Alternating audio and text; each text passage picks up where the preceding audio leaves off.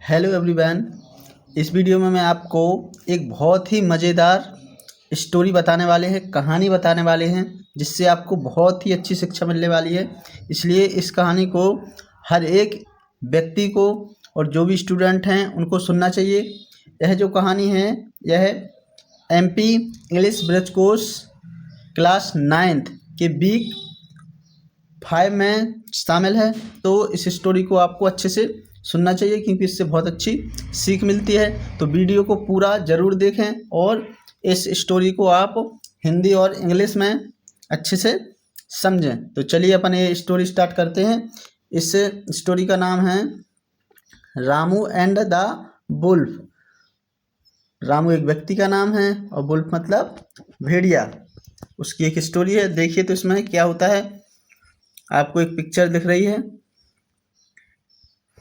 इसमें शिप दिख रही हैं, भेड़ दिख रही हैं और रामू दिख रहा है। कुछ लोग बाग आपको डंडे लिए दिख रहे हैं। चलिए अपन पढ़ते हैं। ये बहुत ही इंटरेस्टिंग कहानी है। आपको इसको ज़रूर सुनना चाहिए और अपने जीवन में उतारना चाहिए। चलिए तो मैं पढ़ता हूँ।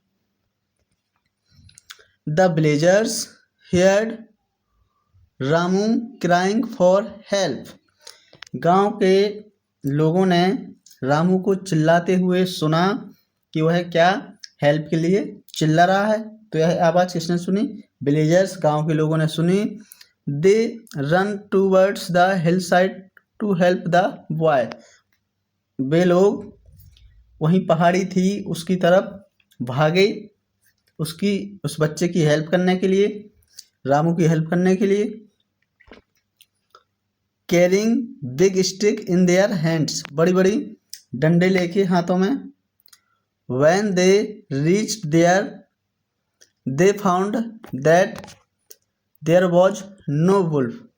जब वह गांव के लोग वहां पर पहुंचे तो उन्होंने पाया कि वहां पर कोई भी भेड़िया नहीं है। The sheep were grazing happily and the shepherd boy was playing on a flute. जो भेड़ थी उसकी वो अच्छे से चारा खा रही थी और जो उनका मालिक था, गडरिया था, वह क्या कर रहा था? अच्छे बांसुरी बजा रहा था, बैठा हुआ था और बांसुरी बजा रहा था। और गांव के लोगों ने जब यह देखा तो उससे बोला, वेयर इज द वुल्फ, भेड़िया कहाँ है? The villagers asked the boy. जो रामू चिल्लाया था, जो है लड़का चिल्लाया था, बॉय यहाँ शब्द किसके लिए यूज हुआ है? रामू के लिए। तो गांव वाले ने पूछा कि वह भेड़िया कहाँ है? नेक्स्ट है there is no wolf here. उसने बोला यहाँ पर कोई भेड़िया नहीं है। आई एम जोकिंग, मैं क्या कर रहा हूँ? मजाक कर रहा हूँ। The boy sad and laughed. उस बॉय ने कहा और हंसने लगा। The villager became very angry and return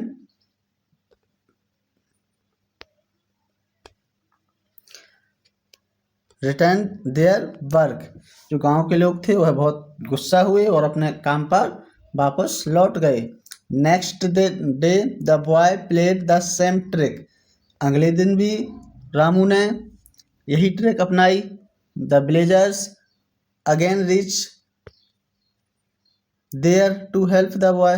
गांव के लोग फिर से वहीं पर मदद करने के लिए पहुंच गए। फिर से वह चिल्लाया कि यहाँ पर भेड़िया है, भेड़िया है।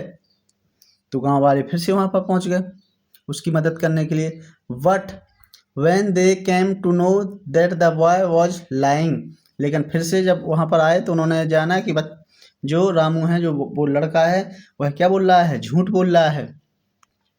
The felt highly annoyed and went back to village cursing the boy. और गांव के लोग बहुत ही गुस्सा हुए उस लड़के से, चिढ़े रामू से और उसको कोसते हुए फिर से वापस हो गए। What on the third day. लेकिन तीसरे दिन देखिए क्या हुआ। ए वुल्फ रियली कम देयर। वहाँ पर तीसरे दिन सच में एक भेड़िया आ गया। The boy got frightened to see his red eyes. तीसरे दिन वहाँ पर सच में भेड़िया आ गया। यह देख के जो बॉय था वह डर गया उसकी लाल आंखों को देख के। The wolf was hopping and growling. Hopping मतलब होता है हाँपना, ग्राउलिंग मतलब होता है गुर्राना।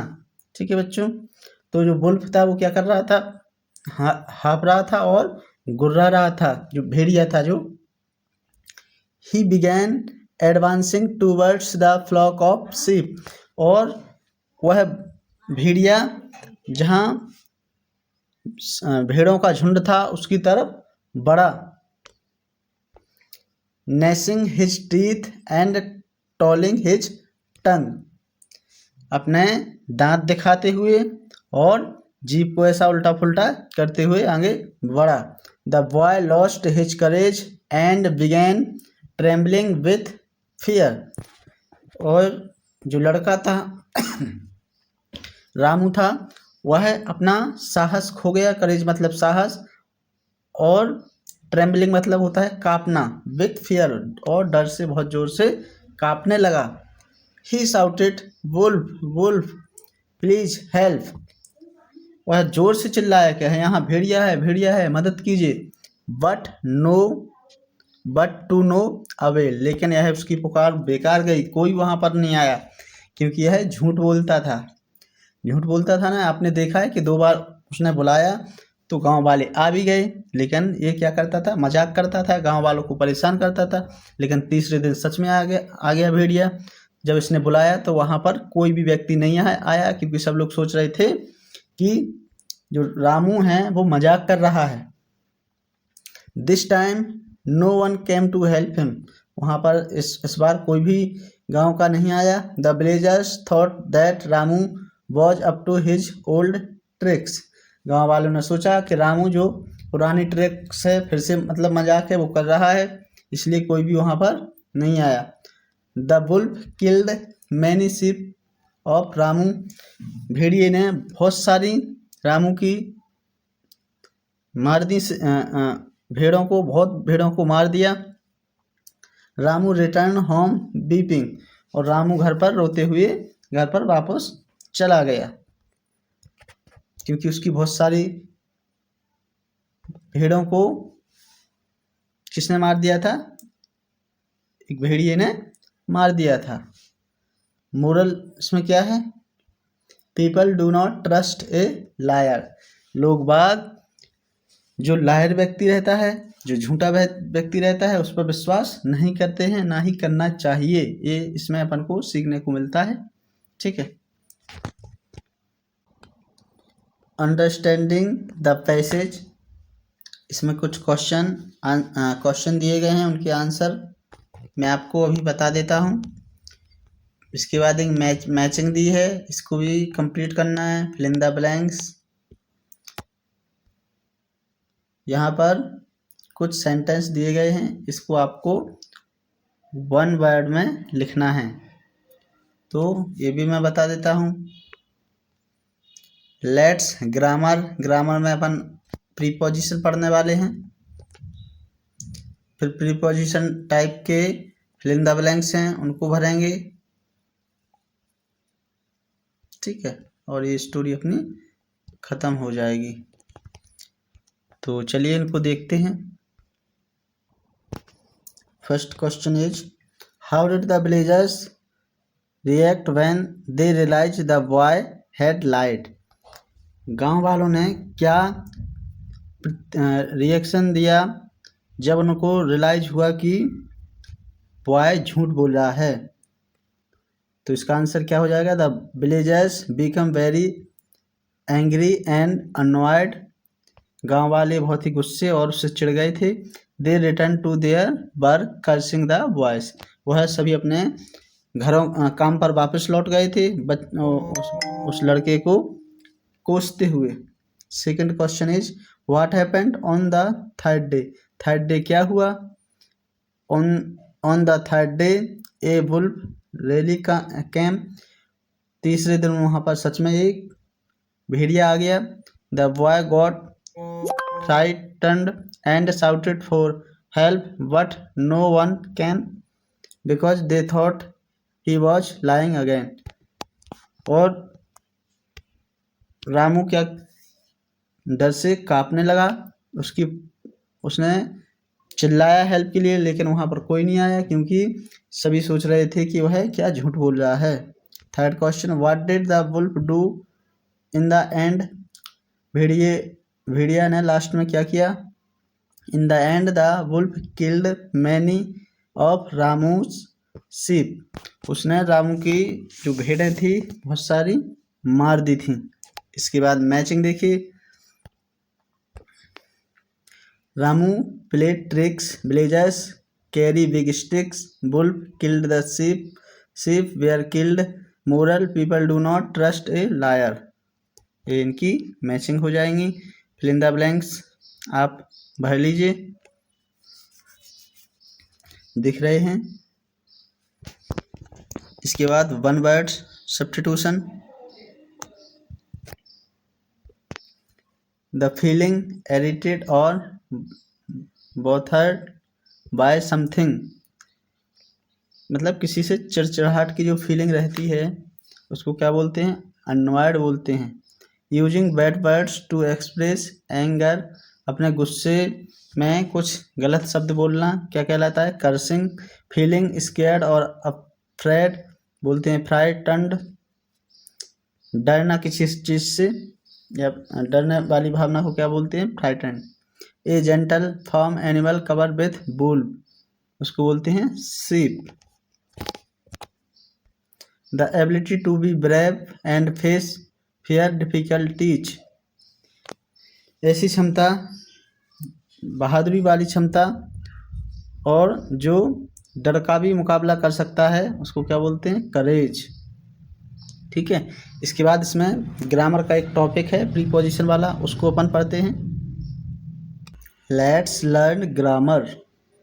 आइए अब हम ग्रामर सीखते हैं. इसमें ग्रामर का बहुत ही महत्वपूर्ण टॉपिक है प्रीपोजिशंस. क्या होते हैं preposition. A preposition is a word used to link a noun, pronoun और phrase to other words in a sentence. Prepositions ऐसे शब्द होते हैं जो नाउन, प्रोनाउन या कोई फ्रेज रहता है वह दूसरे वर्डों से जोड़ता है, उसको बोलते हैं प्रीपोजिशन. जैसे she went to the library, तो इसमें जो टू है वह क्या है, प्रीपोजिशन है. The park is behind the river, तो इसमें बिहाइंड क्या है, प्रीपोजिशन है. यहाँ पर बहुत सारे प्रीपोजिशन दिए गए हैं अलग अलग स्थिति में यूज होने वाले, तो इनको भी आप हिंदी में, अंग्रेजी में और उसका प्रोनाउंसिएशन क्या होता है उसको अच्छे से आप देखिए. कॉमन प्रीपोजिशन ऑफ प्लेस, स्थान दर्शाने वाले prepositions. Indicates where something is or happens, किसी चीज़ के होने या घटित होने का स्थान बताते हैं ये प्रीपोजिशन. ये कौन कौन से होते हैं इनको आपको याद करना है हिंदी में, अंग्रेजी में उसकी स्पेलिंग. अब अक्रॉस, अगेंस्ट, अराउंड चारों ओर, अगेंस्ट मतलब के सहारे, के सामने, अक्रॉस मतलब पार, अब मतलब ऊपर, एट पर के या फिर पास, बिहाइंड मतलब पीछे, बिलो मतलब नीचे, बिटवीन मतलब बीच में, इन मतलब में, ऑन मतलब पर. ये कौन से प्रीपोजिशंस हैं जो स्थान के लिए यूज किए जाते हैं. The park is located between the library and the school. ठीक है, तो इसमें बिटवीन क्या है, एक स्थान बताने वाला प्रीपोजिशन है. इसके बाद कॉमन प्रीपोजिशंस ऑफ टाइम, समय को दर्शाने वाले प्रीपोजिशंस. ये क्या करते हैं, किसी चीज़ के घटित होने का समय बताते हैं. इसमें मतलब समय सूचक के प्रीपोजिशंस हैं. आफ्टर मतलब बाद में, अराउंड मतलब के लगभग, एट मतलब पर में, बिफोर मतलब से पहले, बाय मतलब तक या फिर द्वारा, ड्यूरिंग मतलब के दौरान, फॉर मतलब के लिए, इन मतलब में, ऑन मतलब को या दिन, या सिंस मतलब से, समय के लिए. तो ये कौन से प्रीपोजिशंस होते हैं समय बताने वाले, इनको आपको लिखना है और हिंदी में इनका अर्थ अच्छे से याद करना है। इसके बाद यहाँ पर हैं कॉमन प्रीपोजिशंस ऑफ डायरेक्शन और मूवमेंट, दिशा या गति बताने वाले प्रीपोजिशंस। ये क्या बताते हैं? दिशा और गति को बताते हैं। इसमें कौन होते हैं? अक्रॉस, अलोंग मतलब के साथ, अराउंड मतलब के चारों ओर, डाउन नीचे, इनटू के अंदर या फिर में, ऑन टू के ऊपर या पर, आउट ऑफ के बाहर, ओवर मतलब के ऊपर, थ्रू मतलब के आर पार या माध्यम से, टूवर्ड मतलब की ओर। तो ये क्या बताते हैं? डायरेक्शन और मूवमेंट बताते हैं। अब जब अपन को इसका अर्थ और इनके यूज पता होंगे तो फिल इन द ब्लैंक्स में जो भी आएंगे उनको आप अच्छे से कर लोगे। चलिए आगे की एक्सरसाइज हल करते हैं। अब यहाँ फिल इन द ब्लैंक्स दिए गए हैं जिसमें अपन को जो सही प्रीपोजिशन है उसको भरना है। यहाँ पर पिक्चर्स भी दी गई हैं जिनकी मदद से भी आप सही प्रीपोजिशन भर सकते हो। तो द फर्स्ट है the book is fill in the blanks in the table. तो बुक कहाँ पर है? टेबल पर है। तो इसमें पर का अर्थ आ रहा है तो इसमें क्या आएगा? O N, on. सेकंड है the fan is over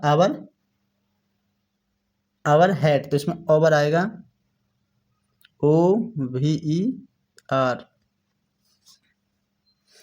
fan is moving over our head मतलब फैन हमारे हेड के ऊपर घूम रहा है। The birds are flying fill in the blanks tree. Birds हैं जो ट्री के ऊपर फ्लाइंग कर रहे हैं, इसलिए इसमें आएगा एबव, अबव आएगा, sorry, ABOVE। The girl is standing fill in the blanks the tree. तो इसमें दो चीज़ें आ सकती हैं, या तो नियर आएगा या फिर बिसाइड आएगा।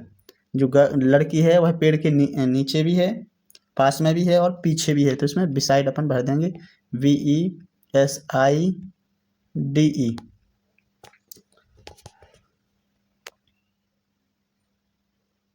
The cat is the table. तो जो कैट है वह है टेबल के नीचे है, तो इसमें आएगा अंडर, UNDER, अंडर।